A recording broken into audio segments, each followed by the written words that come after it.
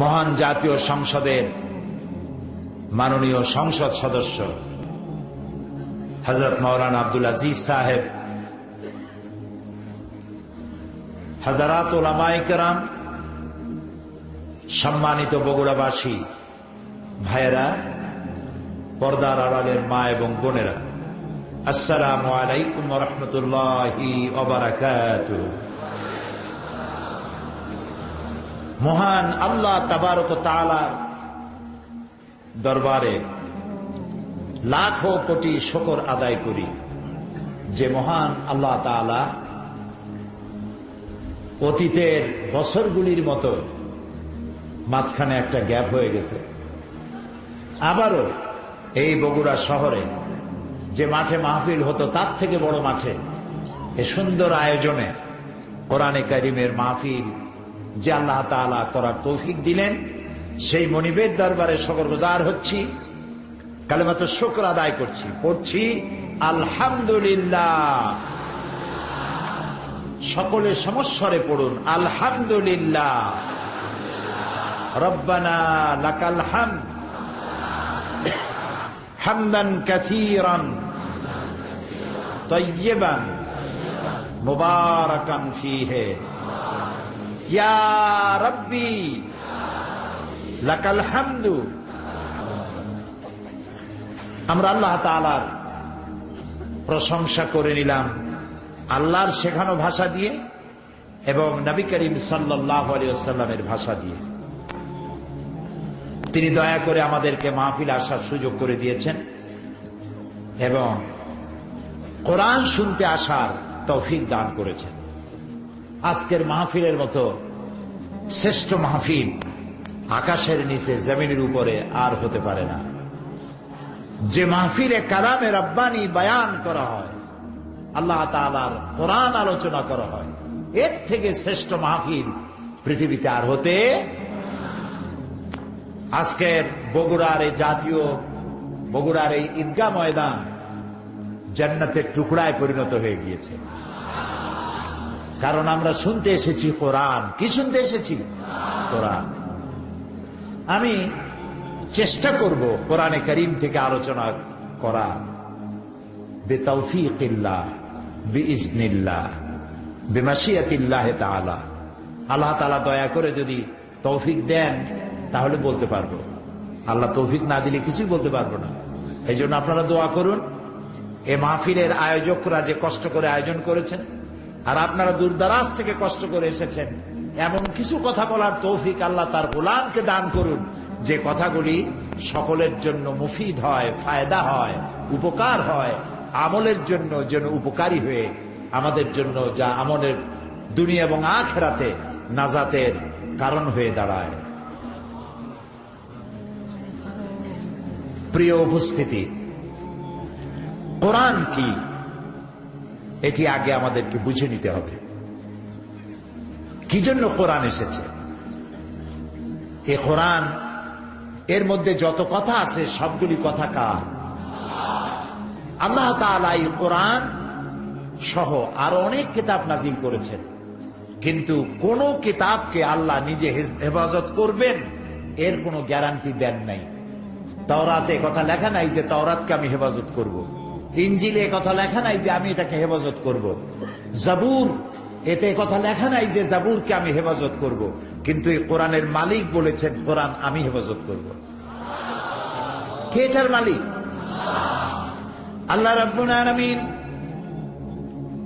কোরআনে কারীমের মধ্যে বলেন, ইন্না নাহনু নাযালনায যিকরা ওয়া ইন্না লাহু লাহাফিজুন। কোরআন নাজিল করেছি আমি আল্লাহ, আর এর সংরক্ষণের দায়িত্ব আমার। এটা নাজিল করেছি আমি, হেফাজত করব আমি। সুবহানাল্লাহ। অন্য কোন কিতাবের দায়িত্ব তিনি নিলেন না, অথচ নাজিল করেছেন তিনি। কোরআনের দায়িত্ব নিলেন কেন? এই জন্য নিয়েছেন মুহাম্মদ রাসূলুল্লাহ সাল্লাল্লাহু আলাইহি সাল্লামের পরে আর কোন নবী আসবে না। আর কোরআন, নবী মুহাম্মদ সাল্লাল্লাহু আলাইহি সাল্লাম শেষ নবী, কোরআন শেষ কিতাব। এরপরে আর কোনো কিতাব নাই।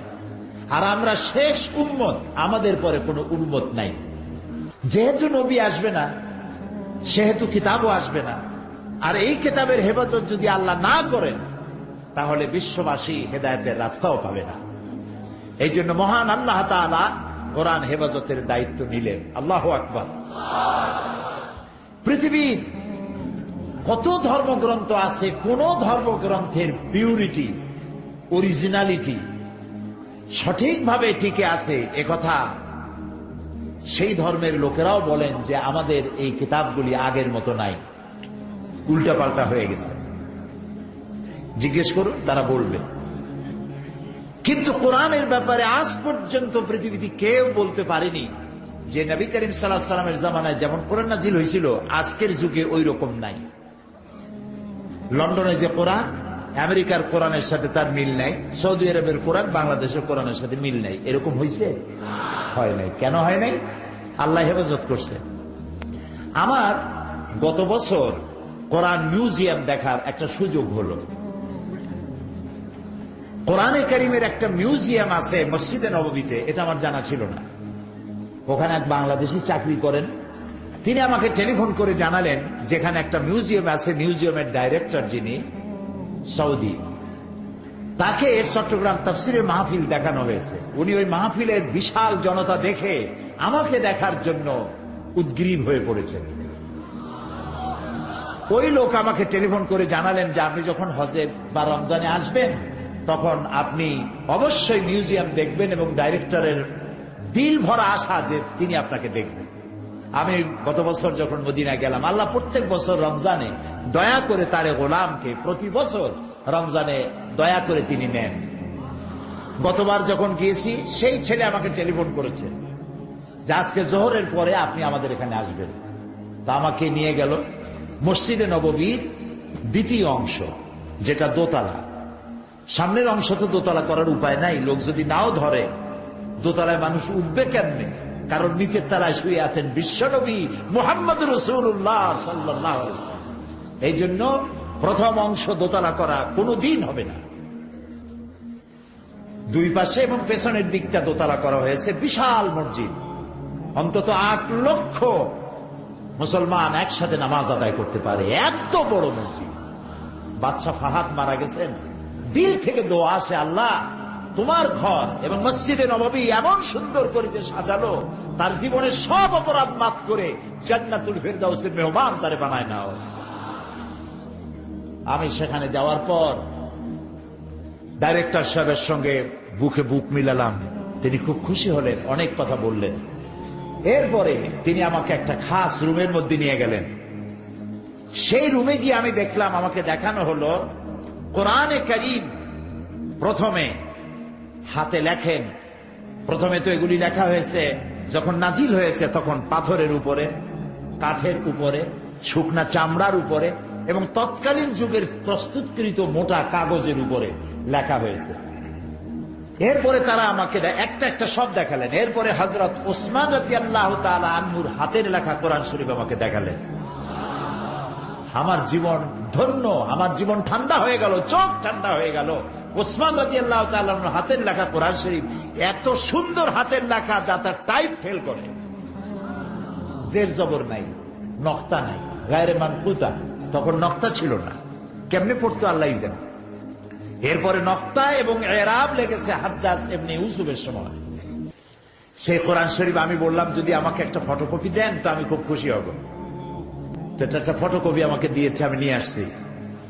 সেই থেকে নিয়ে কোরআন শরীফ কিভাবে হেফাজত করা হলো, কিভাবে টাইপ হলো, এগুলি সব একটার পর একটা সেই মিউজিয়ামে সব ধরে রাখা আছে। এরপরে সেই কোরআন হতে হতে এখন এবারে আমাকে একটা মোবাইল উপহার দিল জেদ্দা থেকে এক ভদ্রলোক। মোবাইলের ভিতর একটা মেমোরি কার্ড আছে, এই আঙ্গুলের 1 করের সমান, 30 পারা কোরআন শরীফ তার মধ্যে ঢুকানো। সুবহানাল্লাহ।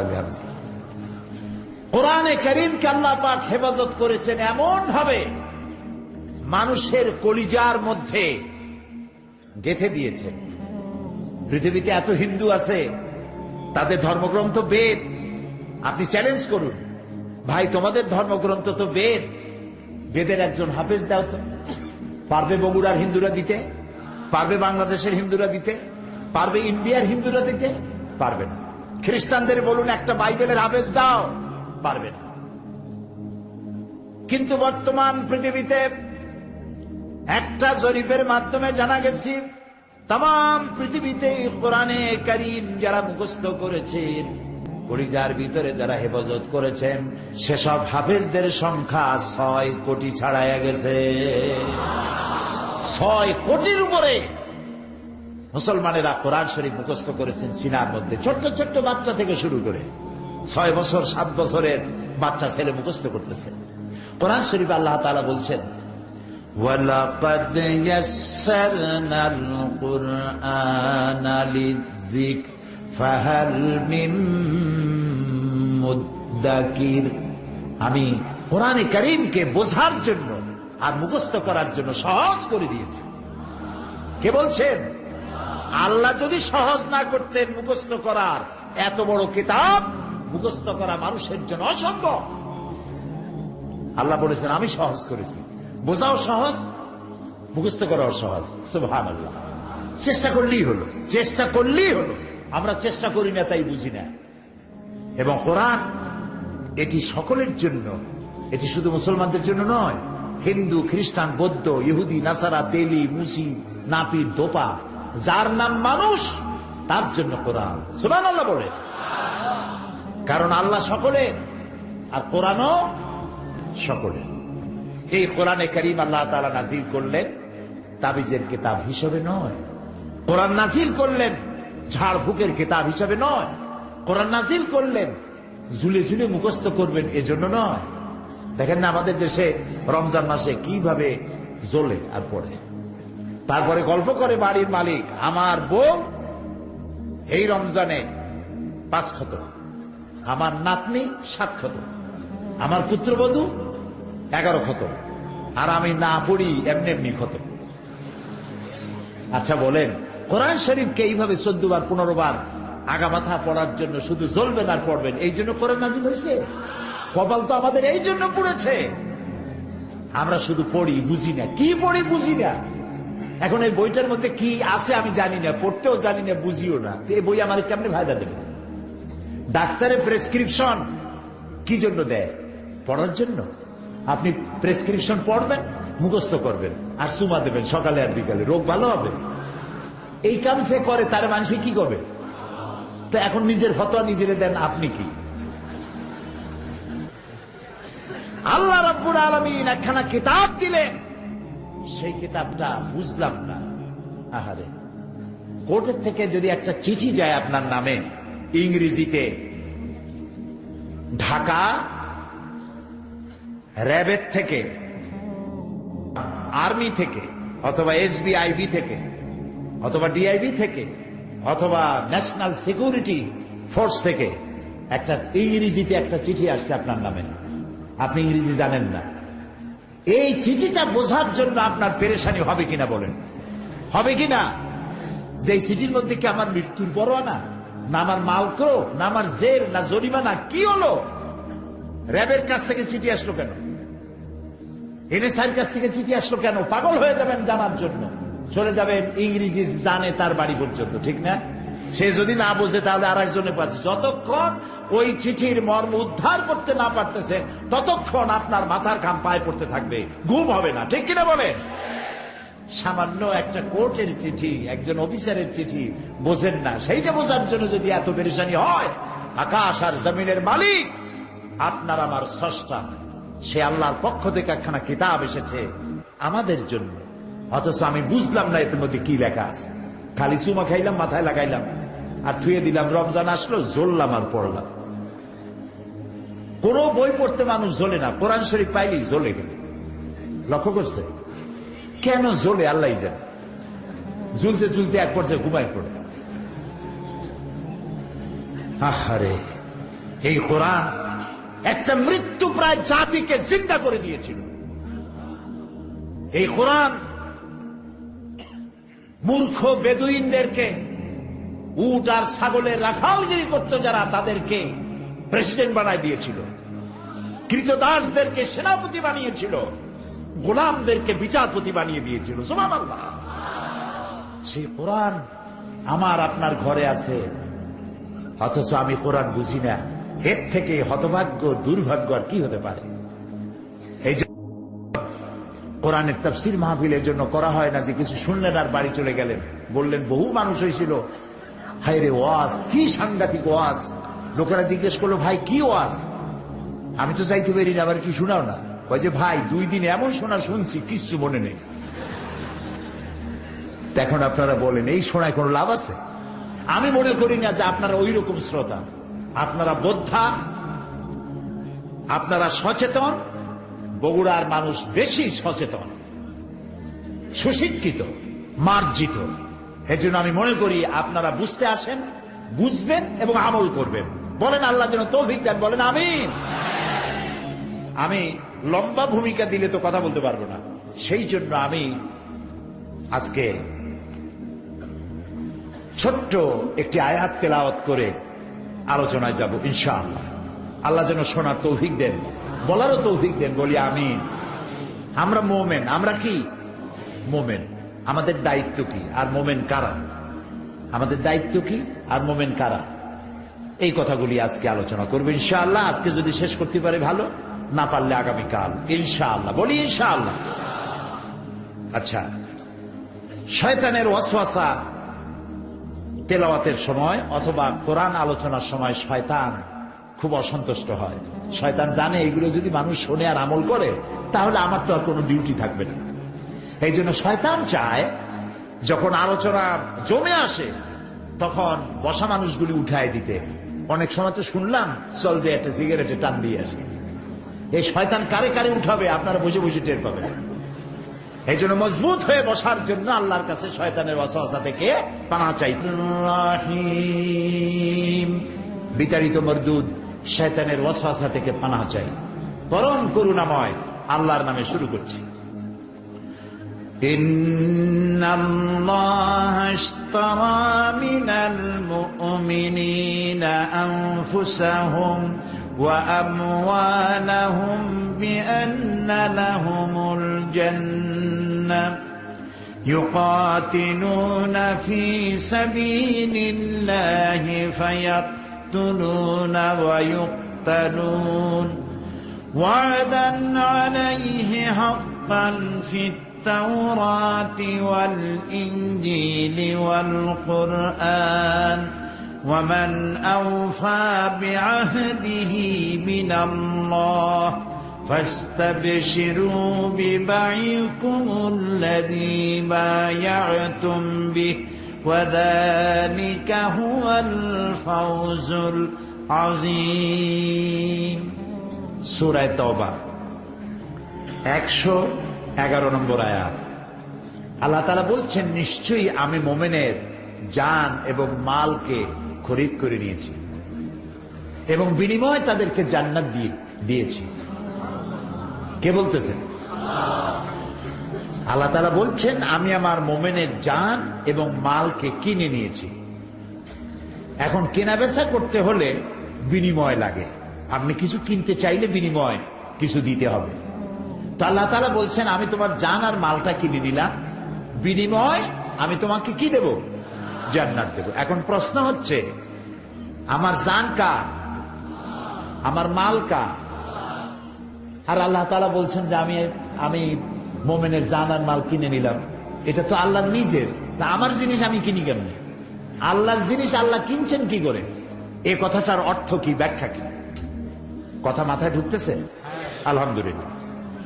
ইন্নাল্লাহা ইশতারা মিনাল মুমিনিনা আনফুসাহুম ওয়া আমওয়ালাহুম বিআন্না লাহুমুল জান্নাহ, নিঃসন্দেহে আমি মুমিনের জান এবং মালকে কিনে নিয়েছি, বিনিময়ে তাদেরকে জান্নাত দিয়েছি। কি কিনলেন তিনি? তিনি কিনলেন আমার ইচ্ছাটা। এই যে আমার ভেতর একটা জান আছে, এই জানটা আমার না। কে দিয়েছেন? মালিক কে? আল্লাহ তাআলা। কিন্তু আপনি আত্মহত্যা করতে পারবেন না। এটা যদি আমার বলি, এটা যদি আমার হতো তাহলে আত্মহত্যা করা জায়েজ ছিল। আপনি আত্মহত্যা করতে পারবেন না। যদি কেউ আত্মহত্যা করে জাহান্নামে যাবে। কোথায় যাবে? জাহান্নাম।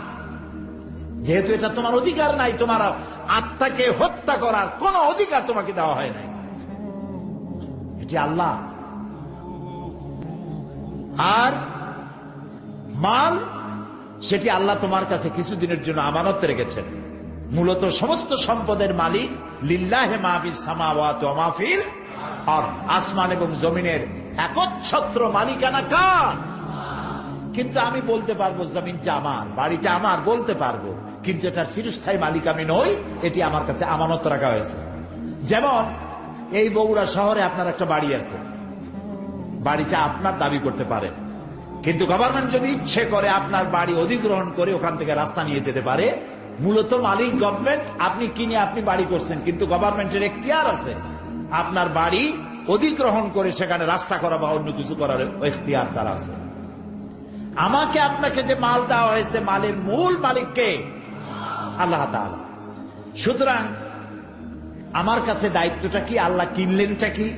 আল্লাহর জিনিস আল্লাহ যে কিনলেন, কি জিনিসটা? কি জিনিসটা হচ্ছে জান খরচ করার ইচ্ছা, মাল খরচ করার ইচ্ছাটা আল্লাহ কিনে নিয়েছেন। আপনি যেখানে খুশি সেখানে আপনার জান খরচ করতে পারবেন না।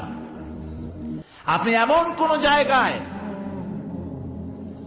জীবন দিতে পারবেন না যে কাজে আল্লাহ তাআলা রাজি নাই, সেখানে আপনি আপনার জীবন দিতে পারেন না, আপনার শ্রম দিতে পারেন না।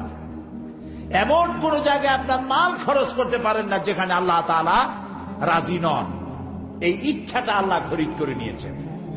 আমাদের দেশে মানুষ যখন মারা যায় তখন কবরে রেখে বলে কি? কবরে রেখে বিসমিল্লাহ আলা মিল্লাতে রাসূলিল্লাহ, আর কবরের উপরে মাটি দিয়া তো বলে মিনহা খালাকনাকুম ওয়া ফিহা নুঈদুকুম। পড়েন মিনহা খালাকনাকুম ওয়া ফিহা নুঈদুকুম ওয়া মিনহা নুখরিজুকুম তারাতান উখরা। এই মাটি দিয়ে তোমাকে তৈরি করা হয়েছিল, এই মাটির মধ্যে তোমার রেখে গেলাম, এই মাটির ভিতর থেকে তোমাকে আবার পুনরুত্থিত করা হবে। আর কবরের মধ্যে রাখার সময় বললাম বিসমিল্লাহ আলা মিল্লাতে রাসূলিল্লাহ, আল্লাহর নামে রসুলের দলে উঠাই দিয়ে গেলাম। তারে উঠাইলেন? একটা লাশ, মরা লাশ, তাকে উঠাই দিলেন রসুলের গাড়িতে। এখন রসুল এই লাশটাকে মিল্লাতে রসুল, আল্লাহ রসুলের দলে উঠালেন, রসুলের গাড়িতে উঠালেন। রসুল এই লাশ গ্রহণ করবেন কিনা এবং এই মরা লাশ দিয়ে আল্লাহ করবেনটা কি, একটু ব্যাখ্যা দিলে বুঝতে পারবেন। যে ব্যক্তিকে কবরে রাখলেন, এই লোকটি যখন ছাত্র জীবন ছিল, তার ছাত্র জীবনে যত আন্দোলন করেছে, মিছিল করেছে, মিটিং করেছে, সমাবেশ করেছে, সেখানে আল্লাহ এবং ইসলামের কোন জিনিস ছিল না। আল্লাহর জন্য করে নাই, রসুলের জন্য করে নাই, কোরআনের জন্য করে নাই। রাত ভরে দেওয়ালে লিখেছে, সেই দেওয়ালের লেখাগুলি আল্লাহর কাজে, রসুলের কাজে লাগে নাই। ছাত্র জীবন চলে গেল, সাংবাদিক হলো, রাজনীতিক হলো, যাই কিছু হলো, তার বক্তৃতা, তার বিবৃতি, কোনো কাজ, কোনো কথা আল্লাহর কাজে লাগলো না, আল্লাহর দ্বীনের জন্য লাগে নাই। তার নির্বাচন, তার ভোট, তার জীবন, তার বক্তব্য, জীবনের কোনো কাজ, কোনো কথা আল্লাহর কাজে, রসুলের কাজে লাগলো না। এবার যখন সে বুড়া হয়ে মারা গেল, তখন তার লাশটা কবরে রাখার সময় বলা হলো বিসমিল্লাহ আলা মিল্লাতে রাসূলিল্লাহ।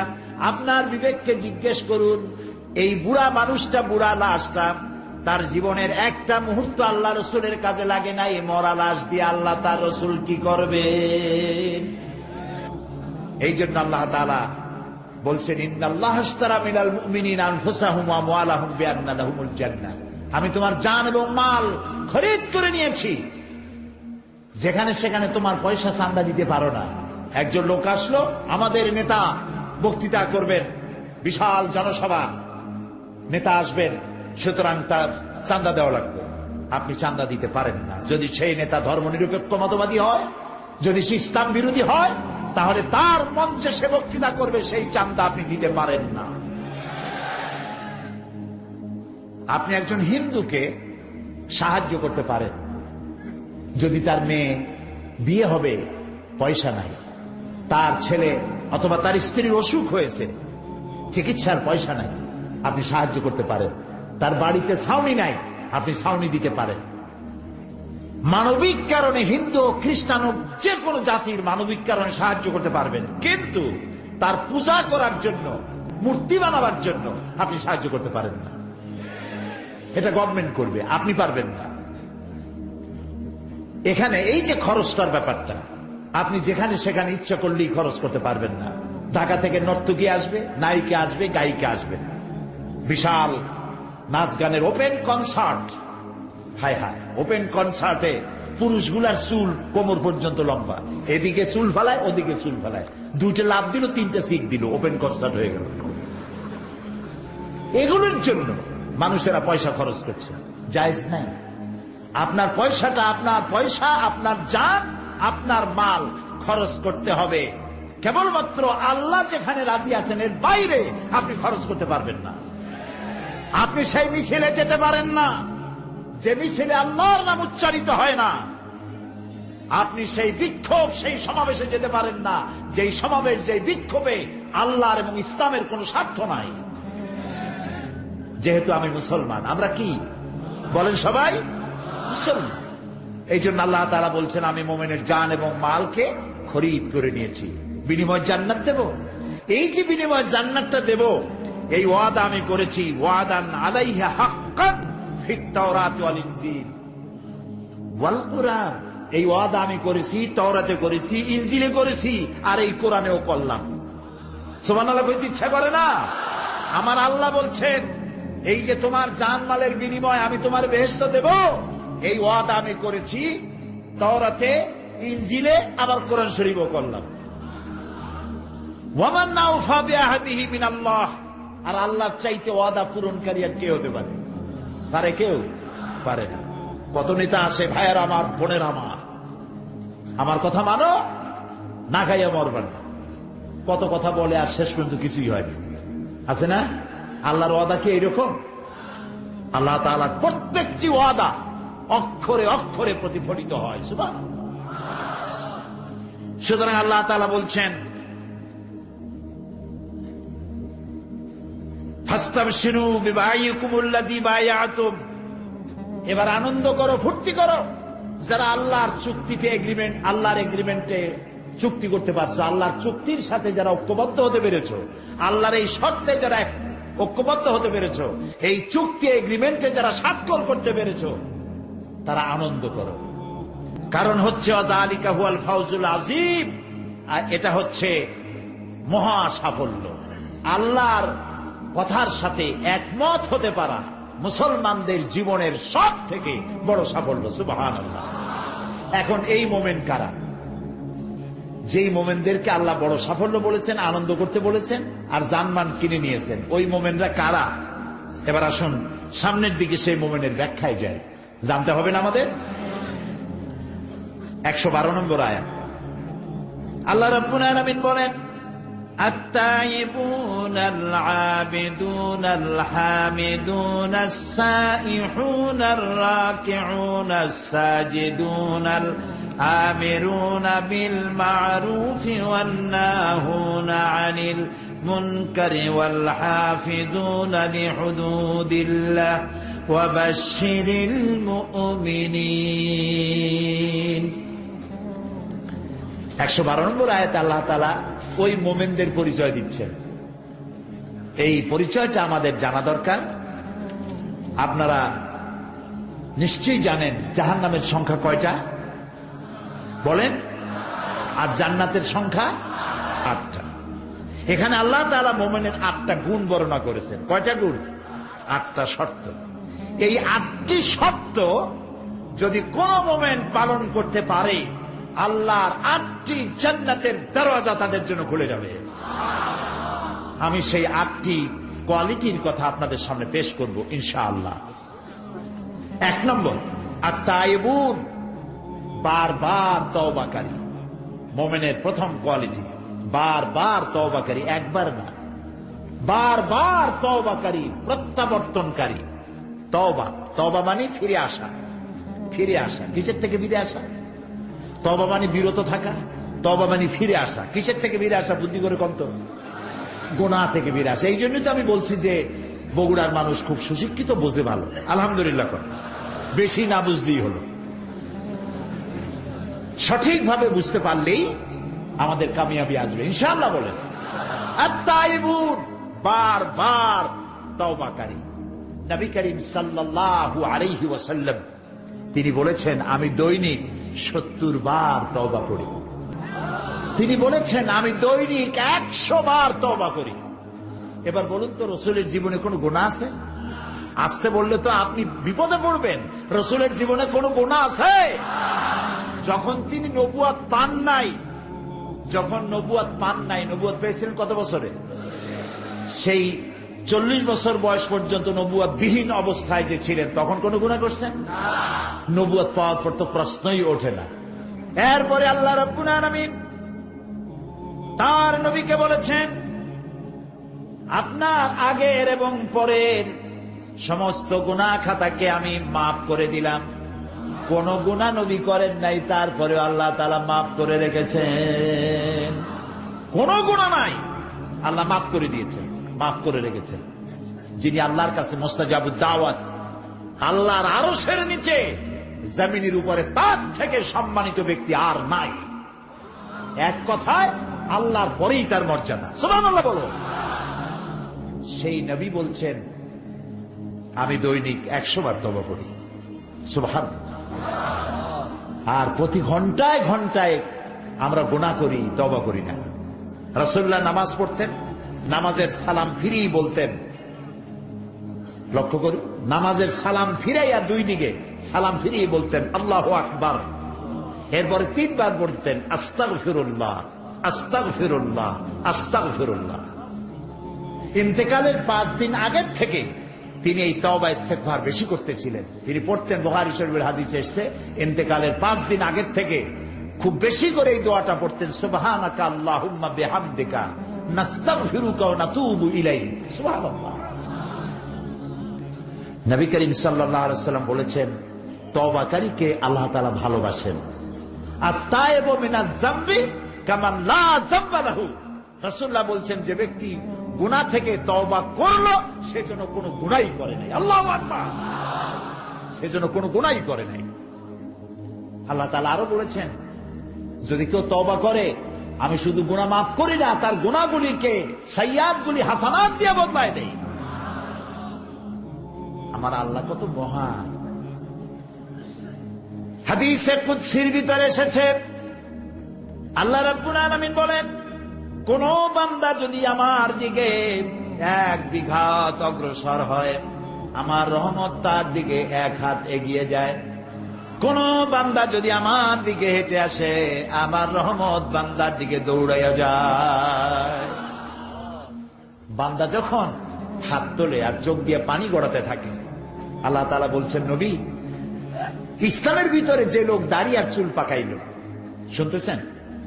ইসলামের ভিতরে থেকে যে লোক দাড়ি আর চুল পাকাইল, বৃদ্ধ হয়ে গেছে, চলতে পারে না,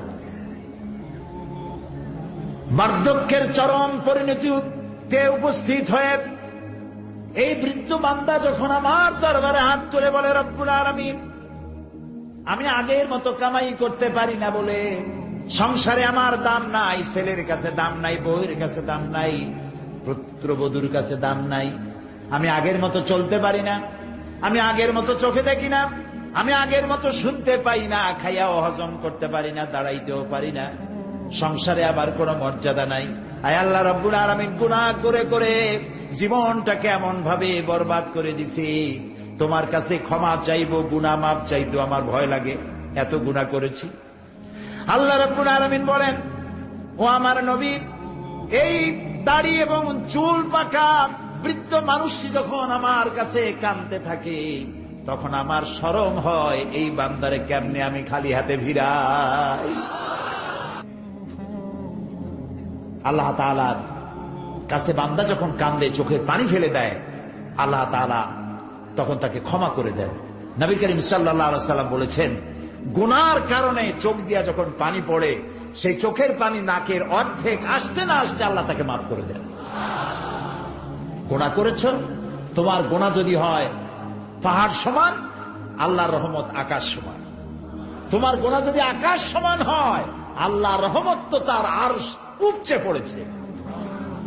হাদিস শরীফে এসেছে, আল্লাহ তাআলা বলছেন, হাদিসে কুদসি, আল্লাহ তাআলা বলছেন, আমার রহমত আর আমার গজব এই দুটিতে কম্পিটিশন হচ্ছিল, প্রতিযোগিতা হচ্ছিল।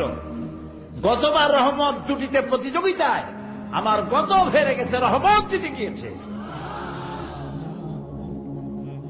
প্রিয় ভাই সব, আল্লাহর কাছে তওবা করা মুমিনের সব থেকে বড় কোয়ালিটি। গুনাহ করেছো, মাপ চাও, চোখের পানি ফেলো।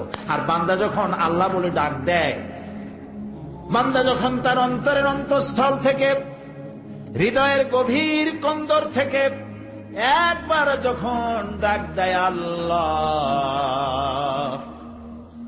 মুখ দিয়া বলা আর কলজা দিয়া বলা দুইটা এক জিনিস না। মহব্বতের সাথে বলেন আল্লাহ আল্লাহ আল্লাহ। কলিজার ভেতর থেকে বান্দা যখন একবার উচ্চারণ করে আল্লাহ, আল্লাহ রাব্বুল আলামিন ৭০ বার সাড়া দিয়া বলেন, বান্দা তুমি কি চাও, আমি হাজির। ওয়া নাহনু আকরাবু ইলাইহি মিন হাবলিল ওয়ারিদ। বান্দারে, আমি তোমার সাহারা, যে রগের উপর তোমার মাথাটা দাঁড়ানো আছে, এই রগের চাইতে আমি বেশি তোমার নিকটবর্তী। প্রিয় ভাই সব, হযরত ইউনূস আলাইহিস সালাম জাতিকে বুঝালেন তাওহীদের উপর ঈমান আনো, লা ইলাহা ইল্লাল্লাহ পড়ো। জাতি মানল না। বছরের পর বছর বুঝাতে লাগলেন। শেষ পর্যন্ত তিনি বিরক্ত হয়ে জাতিকে বললেন, ৩ দিনের মধ্যে তোমাদের উপরে আল্লাহর গজব আসবে, আমি চললাম। তিনি আল্লাহর সিদ্ধান্তের অপেক্ষা করেন নাই। সূরা আস-সাফফাতের মধ্যে পুরা ঘটনা আছে কোরআন শরীফে। তিনি আল্লাহর সিদ্ধান্তের অপেক্ষা না করে উম্মতের উপরে বিরক্ত হয়ে তাদেরকে গজবের দুঃসংবাদ শোনায়া তিনি রওনা করলেন। এলাকা ছেড়ে, সামনে ছিল দরিয়া, নৌকায় উঠেছেন, দরিয়া পার হয়ে যাবেন। নৌকা যখন দরিয়ার মাঝখানে আসছে, তুফান শুরু হয়ে গেছে, এত তুফান, নৌকা ডুবে যাবে।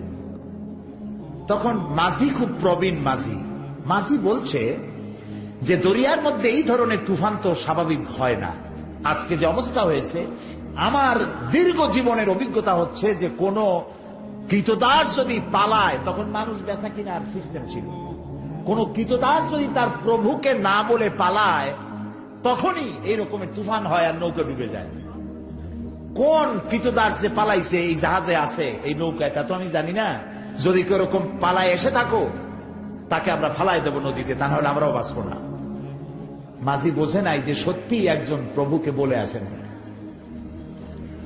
এখন কেউ তো স্বীকার করছে না। এই কোরআন শরীফ বলছে সূরা আস-সাফফাতের মধ্যে, তারা লটারি করল। লটারিতে নাম উঠল ইউনূস আলাইহিস সালামের।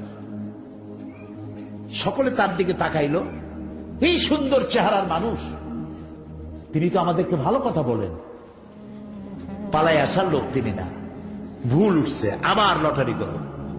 দ্বিতীয়বার লটারিতে তার নাম উঠল, তাও বিশ্বাস করলো না। তৃতীয়বার লটারি করলো, তৃতীয়বারে ওনার নাম উঠল। ইউনূস আলাইহিস সালাম এবার বললেন নৌকার আরোহীদেরকে, আমি সত্যি আমার প্রভুকে বলে আসিনি, তবে আমাকে ফালাই দিতে হবে না, আমি নিজেই পড়ব। উত্তাল তরঙ্গমালায় এই বিশাল দরিয়ার মধ্যে তিনি ঝাঁপিয়ে পড়লেন। মাছ একটা রেডি ছিল, যেই না তিনি পড়লেন, মাছ তাকে গেলা শুরু করে দিল।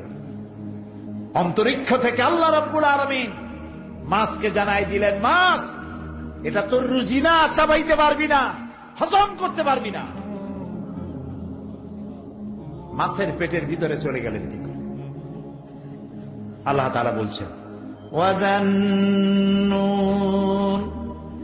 ইয যাহাবা মুগাদিবান ফাযান্না আন্নান নাকদিরা আলাইহি ফানাদা ফিয-যুলুমাতি আল্লা ইলাহা ইল্লা আনতা সুবহানাকা ইন্নী কুনতু মিনাজ-জালিমিন। হযরত ইউনূস আলাইহিস সালাম মাছের পেটে চলে গেলেন। তাফসীরে এসেছে এই মাছকে আরেকটা মাছ গিলে ফেলল।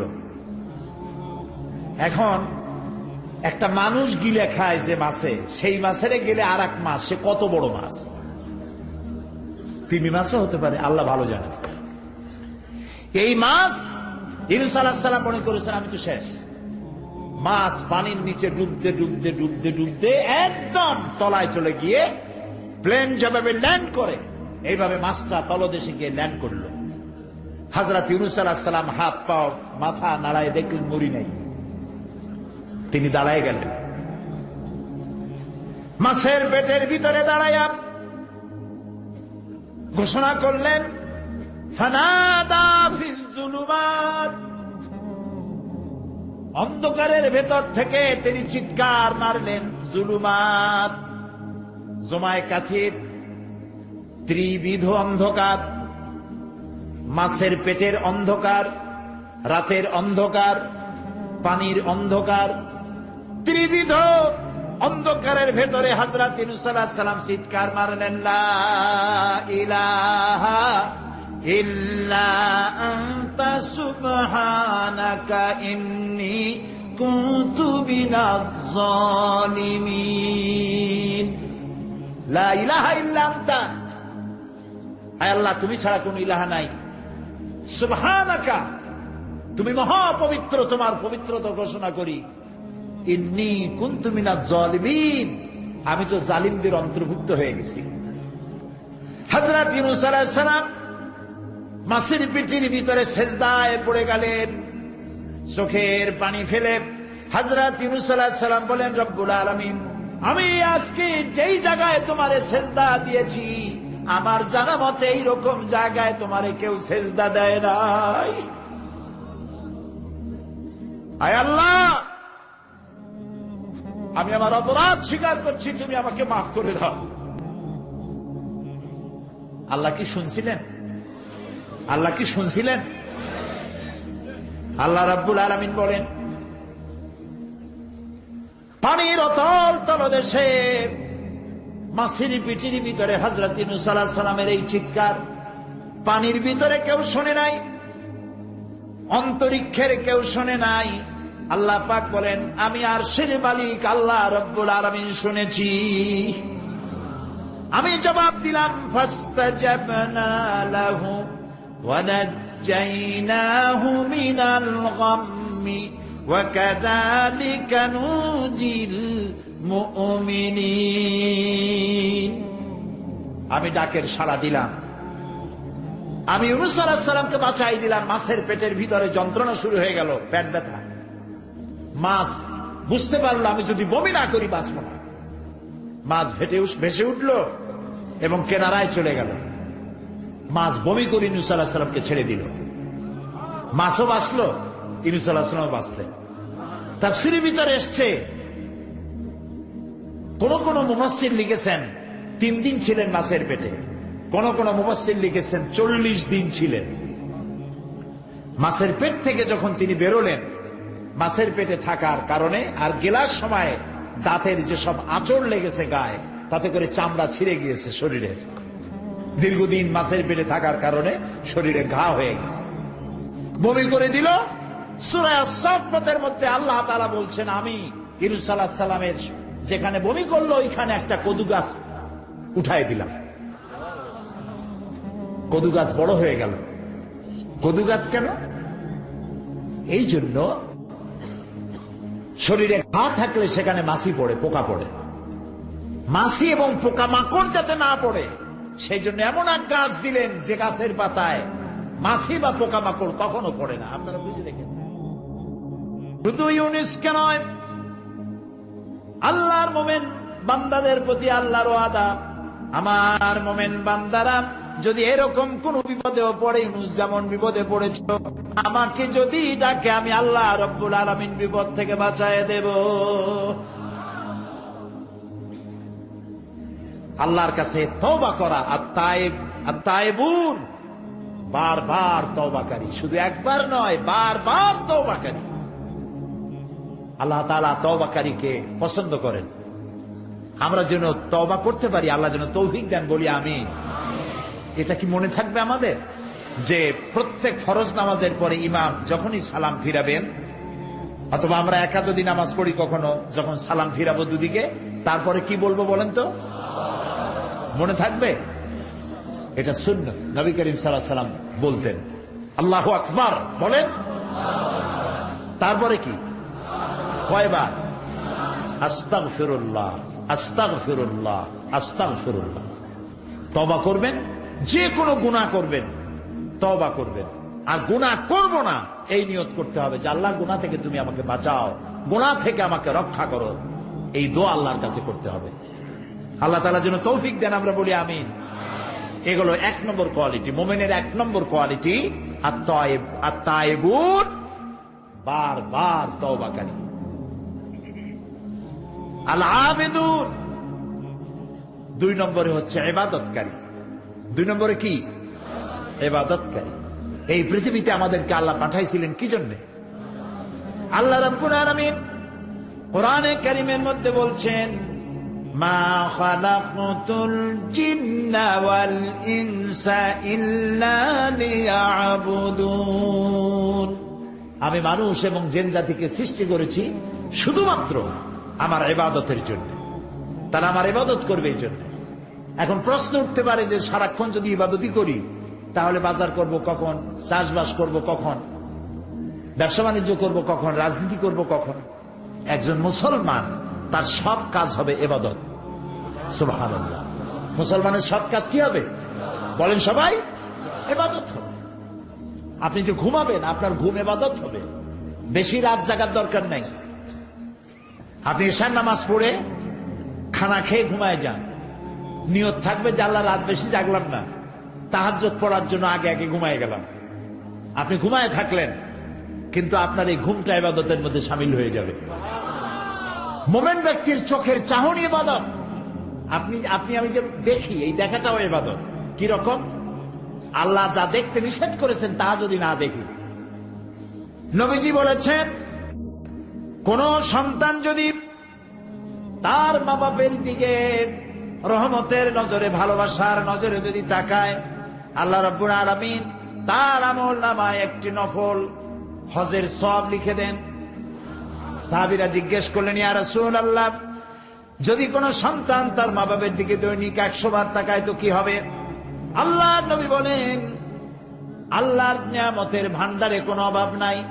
কোন বান্দা যদি তার মা বাবার দিকে দৈনিক 100 বার তাকায়, আল্লাহ রাব্বুল আলামিন তার আমলনামায় 100টা কবুল নফল হজের সওয়াব দিয়ে দিবেন। তা আপনার আমার চোখের চাহনি ইবাদতের মধ্যে শামিল। আপনি ব্যবসা করবেন, এটা ইবাদত। ফজরের নামাজ পড়ে দোকানে চলে যান, তারপরে দোকান বিসমিল্লাহ বলে দোকান খোলেন, বিসমিল্লাহ বলে দোকানে বসেন। এরপরে ওজনে কম দেবেন না, খাদ্যে ভেজাল দেবেন না, মিথ্যা কথা কবেন না। আপনি যে ব্যবসাটা করলেন, ওজনে কম দিলেন না, খাদ্যে ভেজাল দিলেন না, মিথ্যা কথা বললেন না, নামাজটা ঠিক মতো পড়লেন, আপনার হাসর হবে মা'আন নাবিয়্যিন ওয়াস সিদ্দিকিন ওয়াস শুহাদা ওয়াস সালিহিন। বুঝেন কথা? যারা নাকি সত্যবাদী ব্যবসায়ী, নবীজি বলেছেন তাদের হাসর হবে নবী, সিদ্দিক, শুহাদা, সালিহিনদের সাথে হাসর নসিব হয়ে যাবে। আল্লাহ আল্লাহ আল্লাহ আল্লাহ আল্লাহ, কি ব্যবসা আমরা করি! টেলিভিশনে দেখতে পেলাম আমরা কি খাই, কি খাচ্ছি। আহারে মুসলমান, রসগোল্লা বানায়। টেলিভিশনে দেখলাম রসগোল্লা বানাবার পদ্ধতি। রসগোল্লা বানাইতে ছানা লাগে, দুধ লাগে, দুধ হইলেই ছানা হয়, যত দুধ তত ছানা। এত ছানা, এত দুধ পাবে কই? এত পয়সা খরচ করার সময় নেই। দুধ জাল দিয়া গরম করে দুধের মধ্যে টয়লেট পেপার ছাড়িয়ে দিয়া, দ্রুত টয়লেট পেপার গলে গেল, ছানা হয়ে গেল, ওর মধ্যে চিনি দিয়া গোল গোল বানাই দিল, খাও জমের খাওয়া। যত কেক খান অধিকাংশ কেকগুলি পচা ডিম দিয়ে তৈরি। ফাস্ট ফুডের চিকেনগুলি যতগুলি কি বলে স্যান্ডউইচ, চিকেন স্যান্ডউইচ মরা মুরগি দিয়ে তৈরি। ইন্না লিল্লাহি ওয়া ইন্না ইলাইহি রাজিউন। এরাও মুসলমান, এরাও মুসলমান। হসপিটালের খানাগুলি পচা ডিম দিয়ে তৈরি করা হচ্ছে, চানাচুরগুলি ট্রেনের পোড়া মোবাইল দিয়ে ভাজা হচ্ছে, নুডলস গুলি পচা আটার ময়দা দিয়ে তৈরি করা হচ্ছে। দেখছেন না এগুলি? আপনারা আমি বানাই বলতেছি, দেখছেন কিনা? ভেজাল খাইতে খাইতে বাংলাদেশের মুসলমানদের পেটের অবস্থা এমন হয়েছে যে পিওর জিনিস খাইলে কলেরা হবে। পেট গেছে ভেজাল প্রুফ হইয়া। নাউজুবিল্লাহি মিন যালিক। এরপরে এই ভেজাল বিক্রি করিয়া রাসূলুল্লাহ বলেছেন, যে ব্যক্তি খাদ্যদ্রব্যে ভেজাল দেয় সে আমার উম্মত নয়। এখন আপনি হজ করেন, তাহাজ্জুদ করে কপালের চামড়া উঠায় ফেলেন, রাসূলুল্লাহ বলেছেন তুমি আমার উম্মত নও। আল্লাহরে ফাঁকি দিবেন, বেহেশত আপনার মামু বাড়ি। এত সহজ না। খাদ্যদ্রব্যে ভেজাল যারা দেয় তারা মানবতার দুশমন, তারা মুসলমান নামের কলঙ্ক। সুতরাং আল আবিদুন, ইবাদতকারী। আপনি খাদ্যদ্রব্যে ভেজাল দেবেন না, আপনি মিথ্যা কথা বলবেন না, বাংলাদেশের তৈরি কাটা কাপড় জাপানের সিল মারবেন না। আমার দেশের কাপড় কেনার মতো মানসিকতা আমার থাকতে হবে। আমার কাপড় আমার দেশে যেটা তৈরি হয় এটাই ভালো, এই মানসিকতা থাকতে হবে। খালি আমার সোনার বাংলা আমি তোমারে ভালোবাসি এইটুক বললেই হবে না, ভালোবাসার প্রমাণ দিতে হবে। ঠিক কিনা? মিথ্যা কথা কেন বলতেছেন? আবার লাভ করতেছে 200 টাকা 500 টাকা, বলতেছে আল্লাহর কসম 2 টাকাও লাভ করিনি, লাভ করছে 100 টাকা, 2 টাকা লাভ করেনি। এই ধরনের মিথ্যা কথা বলার দরকারটা কি?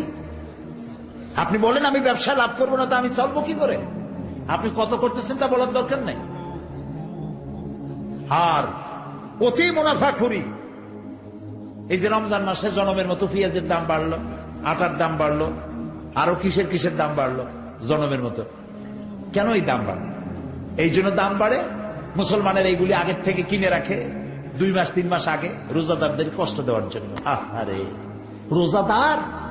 রোজাদারের মুখের দুর্গন্ধ আল্লাহর কাছে মিস্ক এবং আম্বরের চাইতে পবিত্র। রোজাদারদের জন্য আল্লাহ তাআলা জান্নাতের একটা আলাদা গেট রেখেছেন, যার নাম রায়্যান। এখানে শুধু রোজাদারেরা প্রবেশ করবে। সব রোজাদার যখন এই গেট দিয়ে প্রবেশ করবে, গেট বন্ধ হয়ে যাবে, আর কেউ ঢুকতে পারবে না। রোজাদারদের সাথে আল্লাহ স্পেশাল সাক্ষাৎ দিবেন, সুবহানাল্লাহ। সেই রোজাদার দিয়ে ব্যবসা করো। 2-3 মাস আগের থেকে রোজার আইটেমগুলি কিনে জমা করিয়া তারপরে রোজাদারদের উপরে ব্যবসা করো। তোমার ব্যবসা নিয়ে কোন জাহান্নামে থাকবে দেখবে। সারা বছরের সব লাভ রোজার মাসে। এই হলো মুসলমানের মানসিকতা। এরপরও দাবি করে আমি মুসলমান। শয়তানে হাসে, আরে বেটা তুই যদি মুসলমান হতো আমি কি? শয়তান খুব দুর্ভাবনায় পড়ে যায়। ইন্না লিল্লাহি ওয়া ইন্না ইলাইহি রাজিউন। মুসলমান কপাল পোড়া, কি এর ইবাদত করে? সুতরাং আপনার ব্যবসা ইবাদত। আপনি জমিন চাষ করতে যাবেন, আপনি চাষী, আপনি উত্তম কাজ করছেন। আপনাকে কৃষক বলে কে ঘৃণা করবে? এই চাষের কাজ সর্বপ্রথম করেছেন আবুল বাশার হযরত আদম আলাইহিস সালাম, নিজ হাতে চাষ করেছেন। আল কাসিব হাবিবুল্লাহ, যারা রিকশা চালায় কে তোমাকে ঘৃণা করবে? তোমার পয়সা সব থেকে হালাল। রিকশাওয়ালা ভ্যানওয়ালার পয়সা, ঘুষ নাই, ওর মধ্যে ঘুষ আছে, কিন্তু কিছু বুদ্ধর লোক আছে। বুড়া রিকশাওয়ালা, এই বেটা এদিকে আয়। বুড়া মানুষ রিক্সা চালায়, সেই জন্য অপমান। ওই বেটা তোমার বাপের বয়সী, আপনি কইতে পারো না। এরপরে উঠলো রিক্সায়, 7 মাথা থেকে 14 মাথায় যাবে। ওখানে যায়া বললো যে ভাড়া কত? সে চাইলো 10 টাকা ভাড়া। আরে বেটা 10 টাকা ভাড়া, রেড বই দেখা। যখন রিক্সার ভাড়া দেয় তখন রেড বই দেখার প্রশ্ন ওঠে। আর যখন শাড়ি কিনতে যায় লেখা আছে ফিক্সড প্রাইস। ঢোকার সাথে সাথে একটা 7 আপ অথবা একটা কি ঠান্ডা মান্ডা কিছু একটা দিল, খাইয়া ঠান্ডা। শাড়ির দাম কত? শাড়ির দাম 13,593 টাকা 92 পয়সা। এইখানে রেট কত তার তালাশও করে না, বেশি কথা কইলে ভদ্রতার খেলাফ হবে, ওইটা ঠিক মতো আনতে পারে, কিন্তু রিক্সাওয়ালার মাথার ঘাম ঢালানো পয়সা নিয়ে তার সাথে ঝগড়া করে, তর্ক করে, এটা ঠিক নয়। সহস্তে যে ইনকাম করে, রাসূলুল্লাহ বলছেন আল কাসিবু হাবিবুল্লাহ, নিজের হাতে যে কামাই করে সে আল্লাহর বন্ধু। যারা হাদিয়া খায়, শুধুমাত্র হাদিয়া দিয়ে জীবন চালায়, কোনো কাজ কাম নাই, খালি হাদিয়ার উপরে নির্ভর আছে, এরকম একজন নবীর নাম শোনান, আমার একজন নবীর নাম শোনান উম্মতের হাদিয়া দিয়ে জীবন চালাইছে, কোন? আমি আপনার কাছে শিখে যাই, একজন নবীও উম্মতের উপরে নির্ভরশীল ছিলেন না। হযরত ইদ্রিস আলাইহিস সালাম দর্জি ছিলেন, দর্জি বোঝেন কি? টেইলর, দর্জি ছিলেন। দাউদ আলাইহিস সালাম কর্মকার ছিলেন, লোহা গুলি দিয়ে অস্ত্র নির্মাণ করতেন, লোহা দিয়ে বিভিন্ন জিনিস তৈরি করতেন। এভাবে করে প্রত্যেক পয়গম্বরের কাজ ছিল। নবী করিম সাল্লাল্লাহু আলাইহি সাল্লাম ব্যবসা করেছেন। হযরত ওমর রাদিয়াল্লাহু তাআলা আনহু একদিন মসজিদের মধ্যে দেখলেন, জোহরের সময় যাদেরকে দেখলেন, আসরের সময় তাদেরকে দেখলেন একই জায়গায়, ও এশায়ও, পরের দিন ফজরের নামাজ সময় তখনও দেখে সেই লোকগুলো বসা। উনি প্রশ্ন করলেন, তোমরা কারা? গতকাল থেকে এই পর্যন্ত প্রত্যেক ওয়াক্তে এসেই দেখি তোমরা এক জায়গায় বসে আছো, 5-6 জন, তোমরা কারা? তারা বললো, আমরা অনেক দূরের থেকে আসছি। এখানে করো কি? কয় যে এখানে বসে বসে আমরা আল্লাহর জিকির করি। খাও কি? আমরা যে আল্লাহর জিকির করি এগুলো দেখিয়া আশেপাশের লোকেরা আমাদের জন্য রান্না করে নিয়ে আসে, তাই খাই। ওমর রাদিয়াল্লাহু তাআলা আনহু বললেন যে তোমাদের মতো অপদার্থের চাইতে যারা রান্না করে খাওয়ায় তাদের মর্যাদা তো আল্লাহর কাছে অনেক বেশি। শোনো, আগামীকাল জোহরের নামাজের পর যদি এই জায়গায় বসা দেখি, ব্যাট মেরে মসজিদ থেকে বের করে দেব। আল্লাহ তাআলা কোরআন শরীফের মধ্যে বলছেন, ফাইজা কুদিয়াতিস সালাত ফান্তাশিরু ফিল আরদ। নামাজ পড়া হয়ে গেছে, মসজিদে বসে দেখো না। কে বলতেছেন? আল্লাহ বলতেছেন। অনেক অফিসার আছেন, জোহরের নামাজের সময় ছুটি নিয়ে আসছেন, জোহরের নামাজ পড়লেন, ঠিক আছে পড়ুন জামাতে, সুন্নত পড়লো, নফল পড়লো, এরপরে বসে বসে তাসবিহ টিপতে থাকলেন, জায়েজ নাই।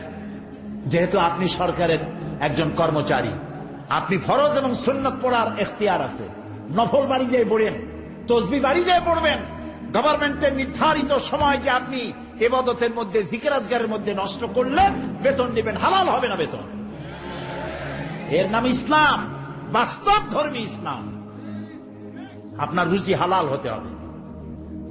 সুতরাং আপনি চাষ করতে যাবেন, আপনি যতক্ষণ ময়দানে চাষ করতে থাকবেন, আপনার নামায় আমলে সব লেখা হইতেই থাকবে। সেটাও সর্বনাশ আমরা করছি। চাষ করতে গিয়ে সব জায়গায় মাথা ভালো থাকে, যেই না আইলের কাছে যায় তখন গরুর মাথা খারাপ হয় না লাঙ্গলের মাথা খারাপ হয়, আল্লাহ জানে। আইলগুলোরে ঠেলিয়া একেবারে পলসিরাতের মতো চিকুন বানায় ফেলায়। আচ্ছা ভাই বলেন তো, মাটি কি আপনি খাইতে পারবেন? বরং মাটি আমাদের খাবে। চাওয়ার কোনো শেষ নাই, পাওয়ারও শেষ নাই, আরো চাই, আরো চাই, আরো চাই। আল্লাহর নবী বলেন, লাউ কানা লিইবনি আদামা ওয়াদিম মিন যাহাবিন লাহাব্বা ইয়াকুনা লাহু সানিন। কোন বান্দাকে যদি একটি মাঠ ভরে স্বর্ণ দেওয়া হয়, সে বলবে, আল্লাহ আমারে আরো একটা মাঠ ভরে যদি স্বর্ণ দেওয়া হতো। আল্লাহর নবী বলেন, ওয়ালা ইয়ামলাউ জাওফা ইবনু আদামা ইল্লা তুরাব। মানুষের পেট কবরের মাটি ছাড়া কোন জিনিস দিয়ে ভরবে না।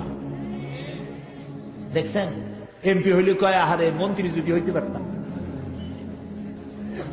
একটা গাড়ির মালিক, আহারে যদি আরো 8টা-10টা গাড়ি হইত।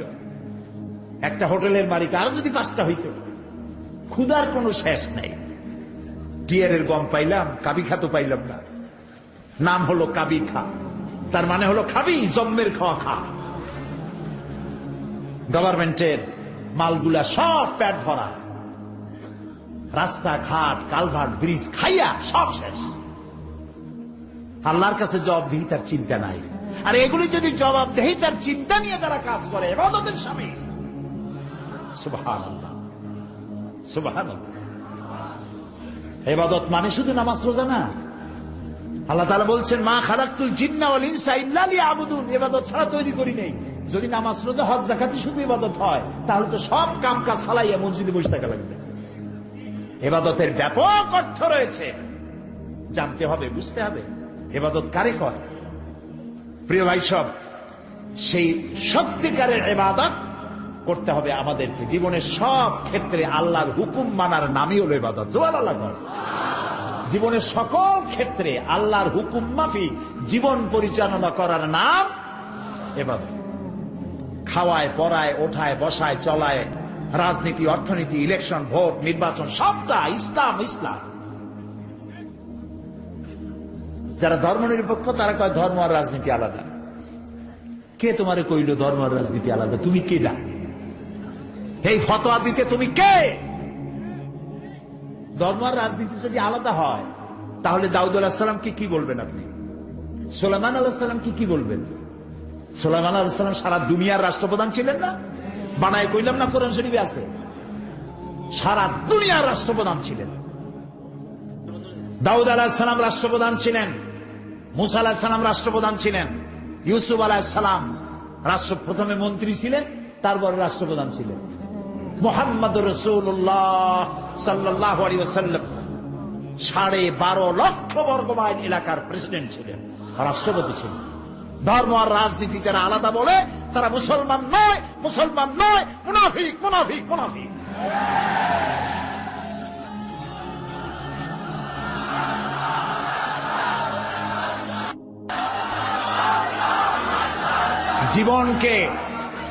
জীবনকে আমরা দ্বিধা বিভক্ত করতে পারি না। জীবনকে দুইটা ভাগ করার এখতিয়ার আমাদেরকে দেওয়া হয় নাই। জীবন একমুখী হবে, আল্লাহমুখী হতে হবে। আল্লাহ যা বলেছেন, রসুল যা করেছেন তাই আমাকে করতে হবে। বলুন, রসুল্লাহ প্রেসিডেন্ট ছিলেন না? রসুল্লাহ সেনাপতি ছিলেন না? রসুল্লাহ শ্রমিক ছিলেন না? রসুল্লাহ রসুল্লাহ নানা ছিলেন না? স্বামী ছিলেন না? আমার জীবন, আপনার জীবনের এমন কোন দিক আছে যেদিকে তিনি আদর্শ হিসাবে নাই? সুতরাং ধর্মনিরপেক্ষ মতবাদের স্রষ্টা হচ্ছে শয়তান। ধর্মনিরপেক্ষ মতবাদের স্রষ্টা কে? চিল্লায় বলো। আর ইসলামের স্রষ্টা কে? আল্লাহ, আল্লাহ, আল্লাহ। এই জন্য একজন মুসলমান কোন অবস্থাতে ধর্মনিরপেক্ষ হতে পারে না। আমি মুসলমান, আমাকে ধর্মের পক্ষে থাকতে হবে। হিন্দু ধর্মের পক্ষে থাকতে হবে, খ্রিস্টান ধর্মের পক্ষে থাকতে হবে। একবার পার্লামেন্টে ঢুকতেছিলাম, ধর্মনিরপেক্ষবাদীদের একজন মুরব্বী, দাড়ি পাকা, আজ তিনি বেঁচে নাই, তার সঙ্গে একসঙ্গে হাঁটতেছিলাম। বললাম, ভাই আপনাদের সাথে তো আমাদের কোনো জমি জমা নিয়ে মামলা মোকদ্দমা নাই, আপনিও আমার পাকা ধানে মই দেন নাই, আমিও আপনার হালের গরু পিটাই মারি নেই, কোন শত্রুতা নাই। শুধু যদি এই ধর্মনিরপেক্ষতা বাদ দিতে পারতেন, আপনাদের সাথে আমাদের তো কোনো সমস্যা নাই। কয়েছে ধর্মনিরপেক্ষ বাদ দেবো কেন? আল্লাহ নিজেই তো ধর্মনিরপেক্ষ। কইলাম, আস্তাগফিরুল্লাহিল আযীম। আয় আয়, কয় কি? আল্লাহর চাইতে ধর্মের পক্ষে আছে কেডা? আল্লাহ তো নিজেই বলেছেন, ইন্নাদ-দীনা ইনদাল্লাহিল ইসলাম। আমার কাছে কেবলমাত্র, একমাত্র, ওনলি ওয়ান পছন্দনীয় মনোনীত জীবন ব্যবস্থার নাম ইসলাম, ইসলাম, ইসলাম। তো আল্লাহর চাইতে ধর্মের পক্ষে আর কি আছে? কি উল্টা বুঝলো! হায় হায়, মারা গেছে লোকটা, এখন কি নিরপেক্ষ হইতেছে আল্লাহ জানে। প্রিয় ভাই সব, বুঝে শুনে কাম করেন। চিরকাল আমরা এখানে থাকবো না, বিদায় হইতে হবে এবং আল্লাহর কাছে আমাদেরকে উঠতে হবে। এই জন্য যে যত বক্তৃতা করুক আর যাই কিছু করুক না কেন, আপনি পরকালের চিন্তা করবেন। এমন কাজ করা যাবে না যা আল্লাহ রাজি নাই। ধর্মনিরপেক্ষ মতবাদ মুসলমানের জন্য গ্রহণ করা জায়েজ নাই, জায়েজ নাই, জায়েজ নাই। এটি সুস্পষ্ট একটি কুফরি মতবাদ। মুসলমান ইসলামের পক্ষে থাকবে, ইমানদার হবে, তার জীবনের কোন কাজ ইসলামের বাইরে যাইতে পারবে না। সবটা আমার ইবাদত। আমার নির্বাচন আমার ইবাদত, আমার ভোটটা আমার ইবাদত। মাথার মধ্যে কথা ঢুকতেছে? আল্লাহ আমাদের মাথার মধ্যে, কলিজার মধ্যে ঢুকাই দিয়া বোঝার আর আমল করার তৌফিক দিন। আমরা বলি আমিন, জোরে কোন আমিন। ইবাদতের ব্যাখ্যা অনেক বড়, সেই ব্যাখ্যা দিতে গেলে বাকি কথা বলতে পারবো না। এই জন্য 2 নম্বর হচ্ছে আল আবেদুন, ইবাদতকারী। জীবনের সকল ক্ষেত্রে ইবাদত করতে হবে কার? আল্লাহ তাআলা। আল্লাহর ইবাদত দিয়ে যেন আমরা জীবন চালাইতে পারি, আল্লাহ যেন তৌফিক দান করে দেন। এবং এই ইবাদত আমাদের করতে হবে মৃত্যু পর্যন্ত। কতক্ষণ? এই যে এখন যে সন্ত্রাস চলছে, এই সন্ত্রাসের অবস্থা থেকে যদি বাঁচতে চাই আর ক্ষুধার সময় যদি খেতে চাই, কি সুন্দর একটা সূরা আছে, সূরা কুরাইশ। আল্লাহ তাআলা বলছেন, ফালইয়াবুদু রাব্ব হাযাল বাইত। হে কুরাইশরা, যদি ক্ষুধার সময় যদি তোমরা শীত ও গ্রীষ্মে নিরাপদে থাকতে চাও, যদি নিরাপত্তা পেতে চাও, ফালিয়াবুদু রাব্ব হাযাল বাইত, এই ঘরের মালিকের ইবাদত করো। কোন ঘর? বাইতুল্লাহ শরীফ। এই ঘরের মালিকের ইবাদত। মালিককে? এই ঘরের মালিকের ইবাদত করলে কি হবে? আল্লাহ তাআলা বলেন, আল্লাযী আত'আমাহুম মিন জু'ইন ওয়া আমানাহুম মিন খাউফ। এই ঘরের মালিকের ইবাদত করো, কি হবে? ক্ষুধার সময় তিনি খাদ্য দিবেন, ভীতির সময় তিনি নিরাপত্তা দান করবেন। সুবহানাল্লাহ। আমরা তো এটাই চাই, আমার ক্ষুধার সময় খাবার চাই, ভীতির সময় নিরাপত্তা চাই। কে দিতে পারবেন? কে দিতে পারবেন? আল্লাহ তাআলা দিতে পারবেন। আমরা কি জান্নাতে যেতে চাই? বলেন, যেতে চাই? আল্লাহ তাআলা বলেন, জান্নাতে যদি যেতে চাও, ফাদখুলি ফি ইবাদি ওয়াদখুলি জান্নাতি। আমার গোলামীর মধ্যে শামিল হও। ফাদখুলি ফি ইবাদি, আমার বান্দাদের মধ্যে শামিল হয়ে যাও। ওয়াদখুলি জান্নাতি, এরপর আমার জান্নাতে চলে যাও। গোলাম না হইয়া জান্নাতে যাইতে পারবা না। এরপরে জান্নাতে গিয়ে তোমরা কি আল্লাহর সাথে দেখা করতে চাও? আল্লাহ প্রশ্ন করছেন, দেখা করতে চাও আল্লাহর সাথে? আল্লাহ রাব্বুল আলামিন বলেন, ফামান কানা ইয়ারজু লিকা রাব্বিহি ফালইয়ামাল আমালান সালিহান ওয়ালা ইউশরিক বিইবাদাতি রাব্বিহি আহাদা। ফামান কানা ইয়ারজু লিকা রাব্বিহি, যদি কেউ তার রবের সঙ্গে দেখা করতে চায়, আশা যদি পোষণ করে, 2টা কাজ করতে হবে। কয়টা কাজ? ফালইয়ামাল আমালান সালিহা, ভালো কাজ করো, আমলে সালেহ করো, নেক কাজ করো। ওয়ালা ইউশরিক বিইবাদাতি রাব্বিহি আহাদা, এবং আল্লাহর ইবাদতের মধ্যে কাউকে শরীক স্থাপন করো না। শিরক কোন অবস্থাতে করা যাবে না। শিরক সম্পর্কে নবী করিম সাল্লাল্লাহু আলাইহি সাল্লাম একটা দৃষ্টান্ত দিয়েছেন, দারুণ দৃষ্টান্ত। শিরক কি ভয়াবহ জিনিস। শিরক সহজে বোঝা যায় না, সওয়াবের নিয়তেও মানুষ শিরক করে। এই শিরক বোঝা কঠিন, সেই জন্য রাসূলুল্লাহ একটা দৃষ্টান্ত দিয়েছেন। অমাবস্যার রাত। কিসের রাত? অমাবস্যার রাতে কালো পাথরের উপর থেকে কালো পিঁপড়া যদি যায়, চিন্তা করেছেন কথা? অমাবস্যার রাত, মানুষ নিজেকেও নিজে দেখে না, পাথরটা কি রঙের, ওর উপর থেকে যাচ্ছে কি দেখা যায়? এইটা যেমন দেখা যায় না, মানুষ নিজের অজান্তে না জেনে এরকম শিরকের মধ্যে মুবতালা হয়ে যায়। এই জন্য শিখতে বাঁচতে হবে। কিয়ামতের দিন আল্লাহ তাআলা তার বান্দাকে, যে বান্দাকে জান্নাত দিতে ইচ্ছে করবেন, পাহাড় পরিমাণ গুনাহ যদি থাকে, আর আল্লাহ যদি ইচ্ছে করেন ওই বান্দাটাকে জান্নাতি দিবেন। আল্লাহ তো বেপরোয়া, কারো কাছে তার কৈফিয়ত দেওয়া লাগে? তিনি তার কোন বান্দাকে জান্নাতি দিবেন। গুনাহ করেছে জীবনে বহুত, আল্লাহ বললেন তোরে মাফ করে দিলাম। কেউ বলতে পারবে যে আল্লাহ মাফ করলা কেন? না। আল্লাহ যদি মাফ করতে চান, ফেরেশতাকে বলবেন, ফেরেশতা দেখো তো তার আমলনামায় কোন শিরক আছে নাকি। কোন শিরক যদি না থাকে, রিপোর্ট যদি হয়, আল্লাহ বলবেন মাফ করে দিলাম, যাও আমার জান্নাতে। সুবহানাল্লাহ। ইন্না শিরকা লাযুলমুন আযীম, মস্ত বড় অপরাধ শিরক করা। আল্লাহ সহ্য করেন। এ বিষয়ে অনেক ওয়াজ আপনাদের সামনে করা হয়েছে। শিরক থেকে বাঁচতে হবে, ভালো কাজ করতে হবে, তাহলে কিয়ামতের দিন কার সাথে দেখা হবে? আল্লাহর সাথে দেখা হয়ে যাবে। সুবহানাল্লাহ বলেন না?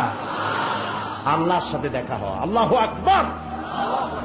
যে অনুষ্ঠানে, জান্নাতের যে অনুষ্ঠানে আল্লাহ তাআলা তার বান্দাদের সঙ্গে দেখা করবেন, সুবহানাল্লাহ, সেই অনুষ্ঠানের কোন এক কোনায় কানায় আল্লাহ যেন আমাদেরকে একটু থাকার, বসার তৌফিক দান করে দেন।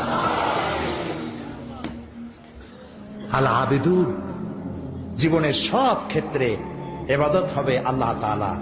আর ইবাদত কাকে বলে? এক কথায় বলে দিলাম, আল্লাহর হুকুম মাফিক জীবন পরিচালনা করা, রাসূলুল্লাহর বিধান অনুযায়ী জীবন পরিচালনা করার নামটাই হলো ইবাদত। এখন আপনি যাই করেন, আল্লাহ এবং রাসূলের হুকুম মাফিক হতে হবে। 3 নম্বরে বলা হয়েছে আল হামিদুন, প্রশংসাকারী। কার প্রশংসা? বলেন সবাই। আল হামিদুন, প্রশংসাকারী। 1 নম্বরে কি বলছিলাম? তওবাকারী। 2 নম্বরে কি বললাম?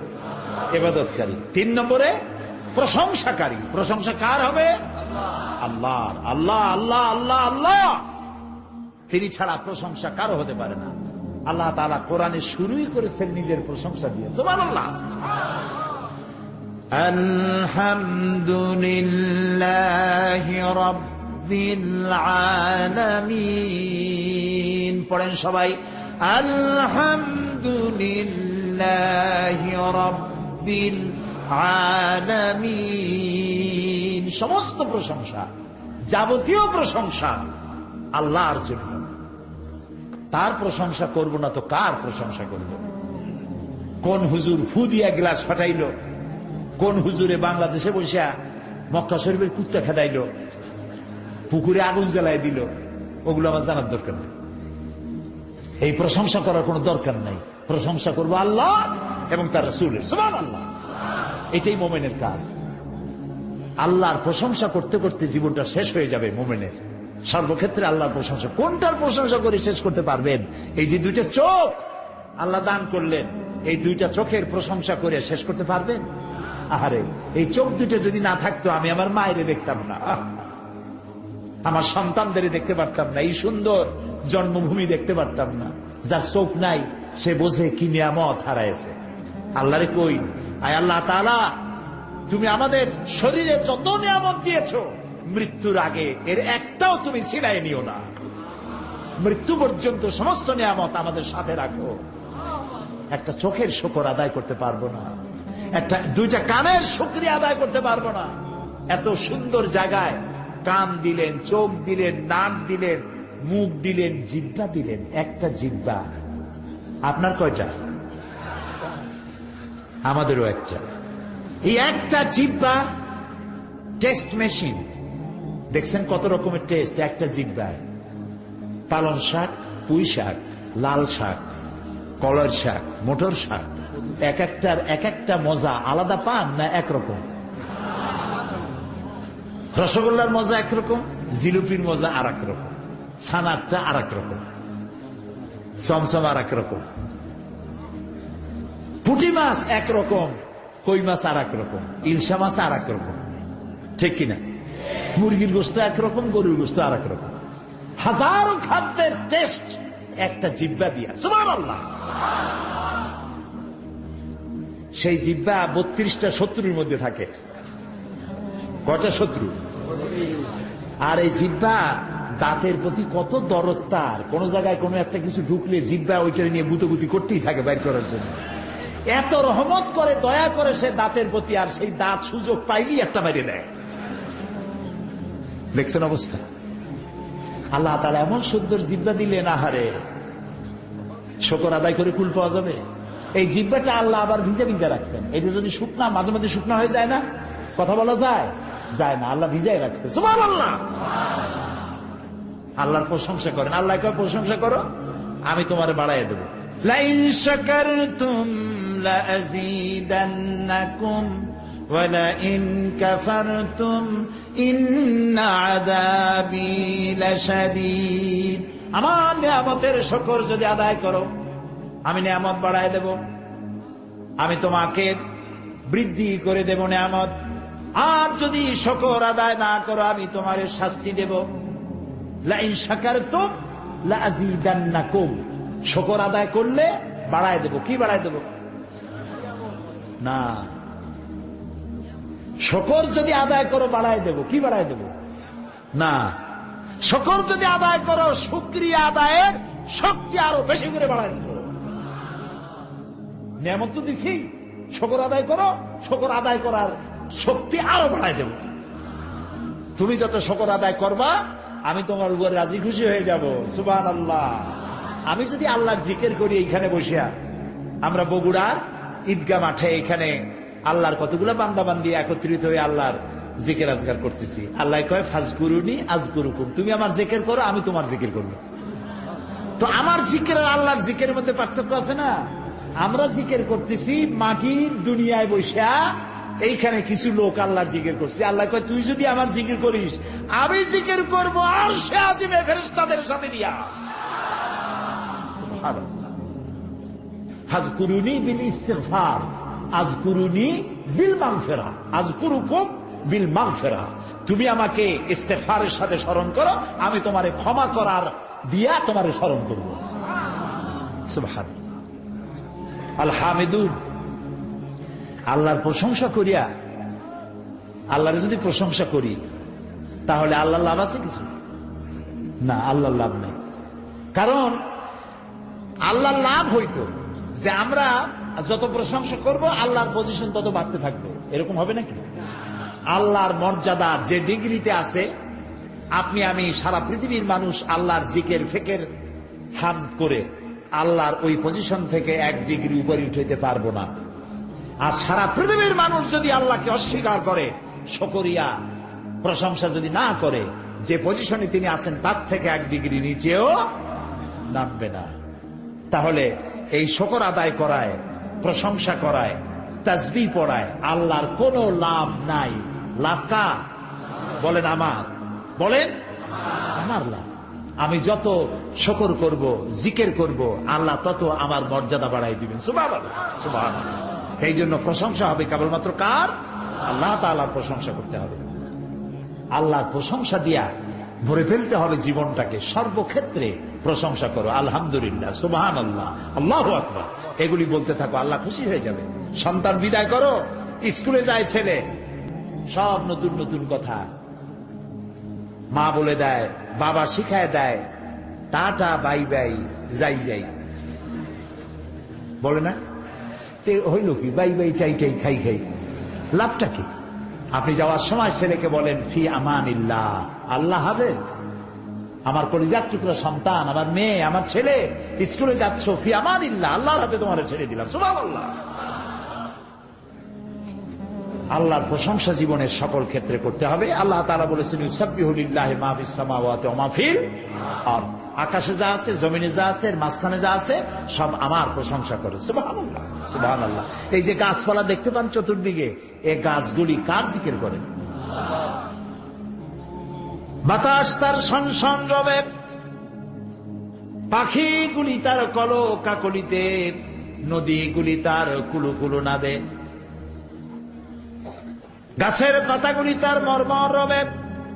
যত ধরনের শব্দ আমরা শুনতে পাই, সমস্ত শব্দগুলি কোন শব্দ নয়, ওর থেকে তারা আল্লাহর তাসবিহ পড়ে। সুবহানাল্লাহ, আল্লাহু আকবার, আলহামদুলিল্লাহ তাসবিহ তারা করতে থাকে।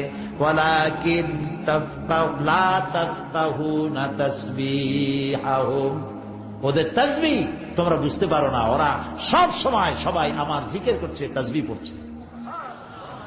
আল হামিদুন, সুতরাং তুমি আমার প্রশংসা করো, শুকরিয়া আদায় করো, তাহলে আমি তোমার নিয়ামত বাড়ায় দেব। প্রিয় ভাই সব, আল্লাহর এই নিয়ামতের শুকর আমরা যেন জীবনের সব ক্ষেত্রে করতে পারি, এ তৌফিক যেন আল্লাহ আমাদেরকে দান করে দেন। আমরা বলি আমিন। মুমিন ব্যক্তিদের জন্য 8টা কোয়ালিটি থাকতে হবে। 8টি কোয়ালিটি হলেই পরিপূর্ণ মুমিন হবে। কয়টা কোয়ালিটি? আজকে আমি 3টা কোয়ালিটির কথা আপনাদের সামনে বললাম, বাকি কোয়ালিটিগুলির কথা আগামীকাল বলবো ইনশাআল্লাহ, এবং কালকে ইশার নামাজের পরেই আমি শুরু করব ইনশাআল্লাহ। যাতে করে একটু বেশি সময় নিয়ে আমরা এই কোয়ালিটিগুলি শুনতে পারি। আল্লাহ যেন তৌফিক দেন, বলি আমিন। এখন মোনাজাত হবে, দাঁড়ানো ভাইরা বসেন, যত লোক দাঁড়ানো আছেন সব যার যার জায়গায় বসে পড়েন, মোনাজাতে অংশ নেন, কেউ দাঁড়িয়ে থাকবেন না, সবাই বসে। মাহফিলের মাঝখানে, মাহফিলের পাশে দাঁড়ানো ভাইদের বসতে বলছি, হাঁটতে বলি নেই। আর মোনাজাতের কথা শুনে যদি কেউ হাঁটে, তাকে চিন্তা করা দরকার আল্লাহর ফেরেশতাদের ক্যামেরায় আপনার ছবি কিভাবে উঠবে। জি, শুনতেছেন আমার কথা? মোনাজাতের কথা শুনে যদি উল্টা কেউ হাঁটে, আল্লাহর ফেরেশতাদের ক্যামেরায় তার ছবিটা উঠবে কিভাবে? মোনাজাতকে বর্জন করে আবার টার্ন করছেন।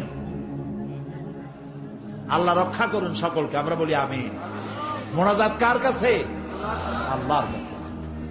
আমাদের দেশ আজ একটি মারাত্মক সংকট কাল অতিক্রম করছে, ঠিক কিনা? সার্কের সম্মেলনে সরকারের মর্যাদা যত বেড়েছিল, কিছু দুষ্ট লোকের চক্রান্তের কারণে সেই মর্যাদা মাটির সাথে মিলিয়ে দিয়েছে। এরা কারা? এদের এই ষড়যন্ত্রের কথাগুলি এবং তাদের থেকে সতর্ক থাকার কথাগুলি আমি আগামীকাল বলবো ইনশাআল্লাহ। এই বোমাবাজরা কারা, তাদের মুখোশ উন্মোচিত করা হবে আগামীকাল ইনশাআল্লাহ। আপনারা সকলে আপনাদের বন্ধু বান্ধব দাওয়াত দিয়ে নিয়ে আসবেন। টার্গেট নেন, একজনে 3 জন দাওয়াত দিবেন। একজনে কয়জন? কোরআনের এই কথাগুলি শোনার পর যদি কারো কিসমতে হেদায়েত নসিব হয়ে যায়, সদকায়ে জারিয়ার সওয়াব পাবেন কিয়ামত পর্যন্ত। আমরা এতক্ষণ কথা বলেছি কিসের কথা? আল্লাহর কথা। কার কথা বলেছি? এই আল্লাহর কথা আগামীকালও বলা হবে। আপনারা আপনাদের বন্ধুদেরকে, ছেলেদেরকে, আপনাদের যুবক ছেলেদের নিয়ে আসবেন। ছেলেরা আজ বিভ্রান্ত হচ্ছে। কারা বিভ্রান্ত করছে? তাদের চেহারা আগামীকাল উন্মোচিত করা হবে ইনশাআল্লাহ।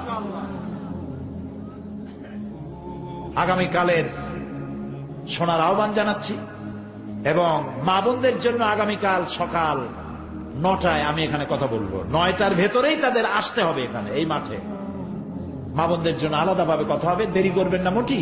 যিনি দেরি করবেন তিনি মাহরুম হবেন। কালকে জুমার দিন তো আমি বড় জোর 1-1.5 ঘন্টা কথা বলবো, এর বেশি নয়। সেই জন্য আপনার স্ত্রী, আপনার মেয়ে, আপনার বোন, আপনার মা সকলে আপনাদের মেয়েদেরকে এখানে পৌঁছায় দিবেন। একটা মা যদি ভালো হয়, একটা সংসার ভালো হয়ে যায়, ঠিক না ভাই? মা বোনদেরকে, তাদের তো শোনার কোনো সুযোগ হয় না, মসজিদে যাইতে পারে না। কারা যে দেওয়ালে দেওয়ালে লেখে মহিলাদের মসজিদে যাওয়া হারাম, ঈদগাহ মাঠে যাওয়া হারাম, গণতন্ত্র হারাম, লং মার্চ হারাম, পার্লামেন্ট হারাম। মনে হয় তাদের কাছে একটা কিতাব আছে, কিতাবের নামটা হচ্ছে কিতাবুল হারাম। ওখানে হারাম ছাড়া কিচ্ছু নাই। গণতন্ত্র হারাম যারা বলে,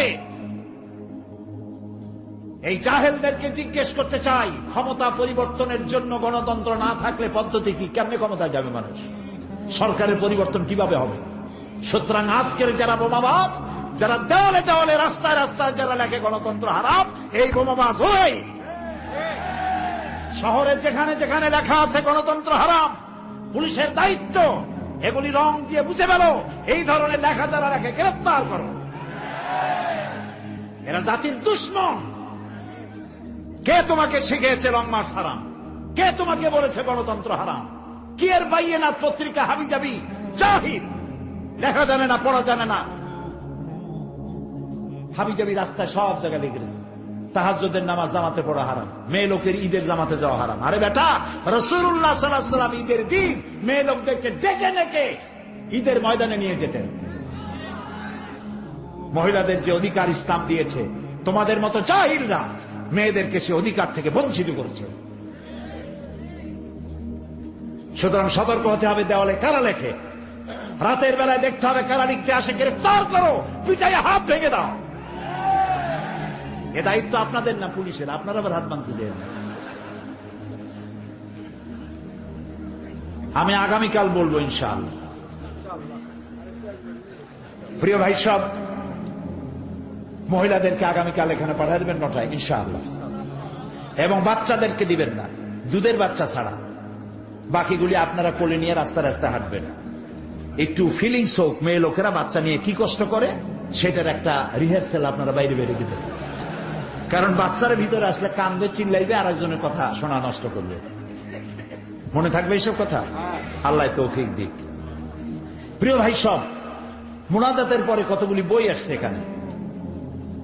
একটা হলো আল্লাহ কোথায় আছেন, আল্লাহ কোথায় আছেন এই সম্পর্কে মুসলমানদের ধারণা খুবই কম। কোথায় আছেন তিনি? কেউ কয় সব জায়গায় আছেন, বলেন এরকম সদা সর্বত্র বিরাজিত আল্লাহ তাআলা। তো সব জায়গায় যদি আল্লাহ থাকে তাহলে কিছু খারাপ জায়গা আছে না? আমি নাম নিলাম না, খারাপ জায়গা আছে না কিছু? সব জায়গায় থাকলে তো সব জায়গায় থাকা লাগবে। নাউজুবিল্লাহ বলেন। আল্লাহ আছেন কোথায়? বিরাট আকীদার ব্যাপার। এ ব্যাপারে আমার একটা বক্তব্য ছাপা হয়েছে, বইয়ের নাম আল্লাহ কোথায় আছেন, কোরআন হাদিস দিয়ে লেখা। আরেকটি হলো ওই যে বলেছি মৃতদেহ নিয়ে আল্লাহ কি করবেন, এই যে মরা লাশ দিয়ে আল্লাহ করবেনটা কি। আমার বক্তৃতাগুলি সব এখন বই হচ্ছে, আলহামদুলিল্লাহ, আল্লাহর শকর। এগুলি সব ওই সে কিতে ছিল, টেপ রেকর্ডার।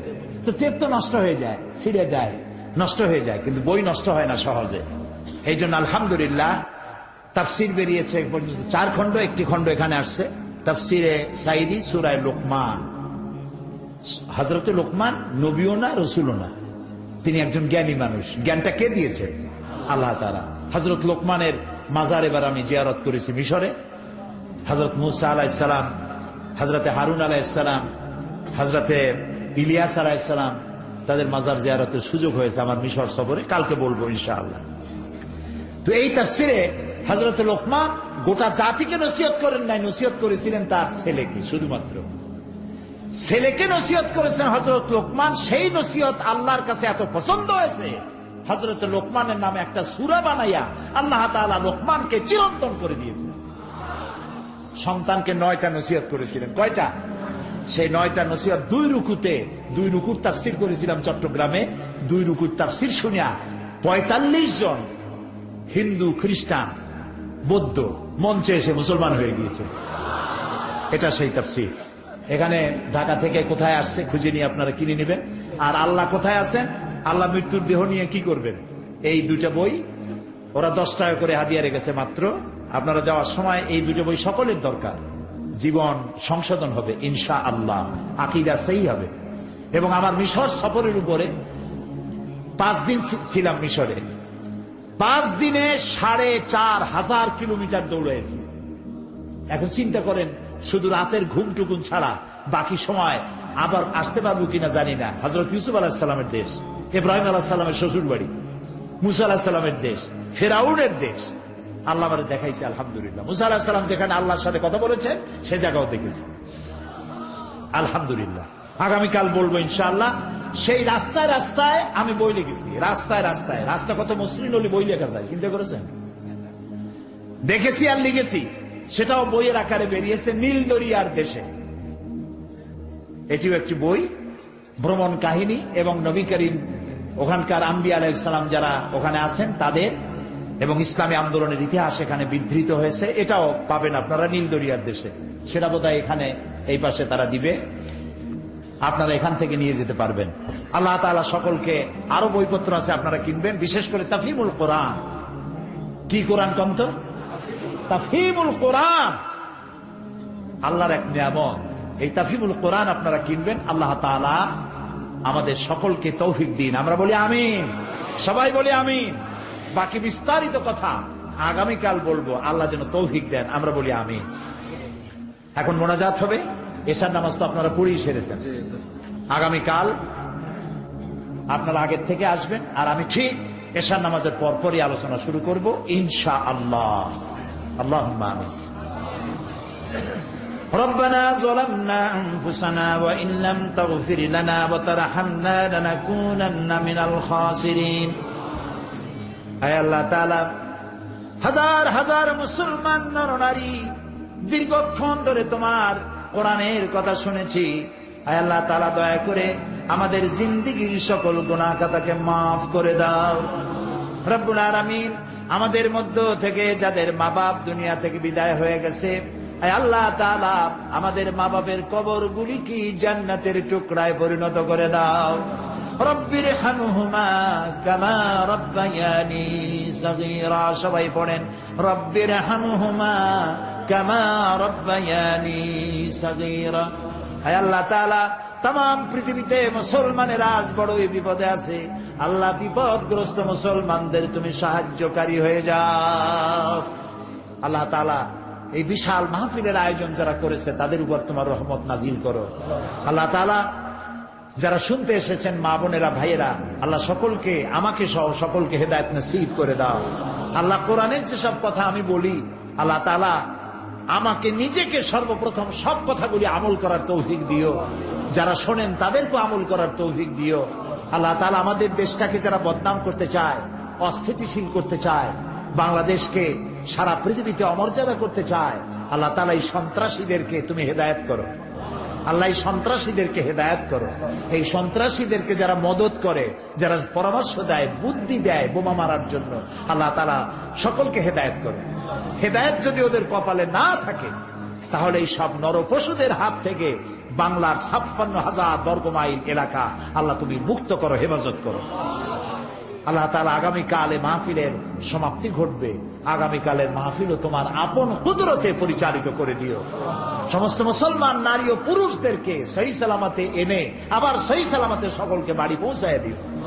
তাদের বাড়ি ঘর আল্লাহ তুমি আপন কুদরতে হেফাজত করো। রব্বানা তাকাব্বাল মিন্না ইন্নাকা আনতাস সামিউল আলিম ওয়া তুব আলাইনা ইন্নাকা আনতাত তাওয়াবুর রহিম। সুবহানা রাব্বিকা রাব্বিল ইজ্জাতি আম্মা ইয়াসিফুন ওয়া সালামুন আলাল মুরসালিন ওয়ালহামদুলিল্লাহি রাব্বিল আলামিন। ওয়াজআল আখিরা কালামিনা ইনদাল মাউত লা ইলাহা ইল্লাল্লাহু মুহাম্মাদুর রাসূলুল্লাহ। আসসালামু আলাইকুম ওয়া রাহমাতুল্লাহ।